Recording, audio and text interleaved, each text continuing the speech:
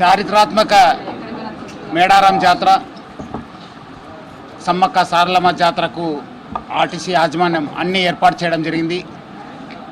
దాదాపు 2 నెలల నుంచి మన స్థానిక ఆర్ఎం గారు, మన ఈడీ గారు ఇన్ఛార్జ్ రఘునందన్, మన ఆర్ఎం శ్రీలత, మొత్తం సిబ్బంది అంతా కూడా దాదాపు 2 నెలల నుంచి బాగా అన్నీ ఏర్పాటు చేయడం జరిగింది. ముఖ్యంగా ఎందుకంటే గతం కంటే ఈసారి ఎక్కువ ప్రజలు వచ్చే అవకాశం ఉంది. దానికి మనం కొన్ని వసతులు కూడా అవసరం ఉండేది, కొంత ఇన్ఫ్రాస్ట్రక్చర్ కూడా బాగా అవసరం ఉండింది.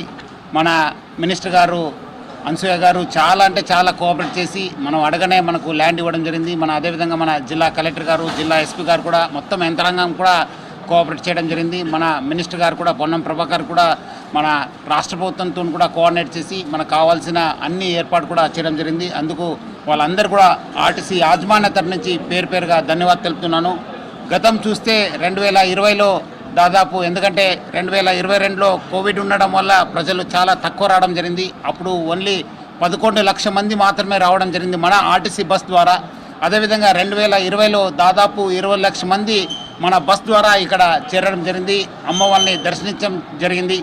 ఈసారి మొత్తం మనము ఆ గతంలో చూసుకొని ఈసారి మహిళలకు ఉచిత ప్రయాణం ఉంది. ఒక రాష్ట్రపతి కూడా చాలా చారిత్రాత్మక నిర్ణయం తీసుకోవడంతో చాలామంది మహిళలు వాళ్ళ ఫ్యామిలీ మెంబర్స్ కూడా వచ్చే అవకాశం ఉంది. దానికి తగ్గట్టుగా మనం సర్వే చేసి దాదాపు 6,000 బస్సెస్ని మనం ఏర్పాటు చేయడం జరిగింది.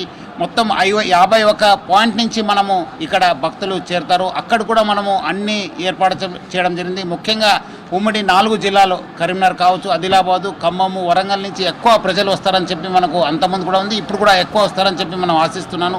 అక్కడ ఉన్న స్థానిక ఆర్ఎంస్, స్థానిక ఈ డిఎంస్ కూడా అన్నీ ఏర్పాటు చేయడం జరిగింది.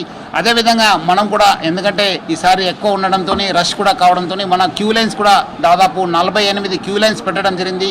మన పార్కింగ్ ప్లేసెస్ కూడా పెంచడం జరిగింది. ప్లస్ అది కాకుండా మనం హోల్డింగ్ ఏరియా కూడా పెంచడం జరిగింది.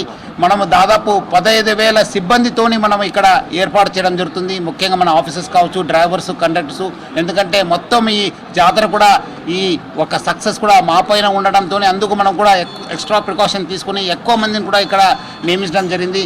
ముఖ్యంగా వచ్చే రోజు కూడా చాలామంది మేళలు వస్తారు. అందుకు మనము పోలీస్ యంత్రాంగాన్ని కూడా కూడడం జరిగింది. ఇక్కడ కూడా కొంత ప్రాపర్టీ అఫెన్స్ కావచ్చు, కొంత చైన్ స్నాచింగ్ కావచ్చు.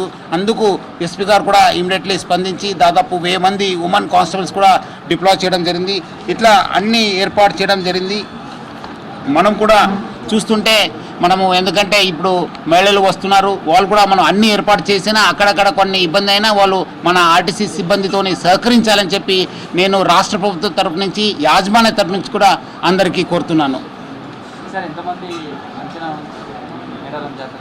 అంటే మన బస్ ద్వారా ఆల్మోస్ట్ ఒక 26 to 30 lakhs మెంబర్స్ రావచ్చు అని చెప్పి మనం అంచనా చేస్తాం. ఏర్పాట్లు అట్లా మనం దానికి తగ్గట్టుగా మనం ఏర్పాటు చేయడం జరిగింది.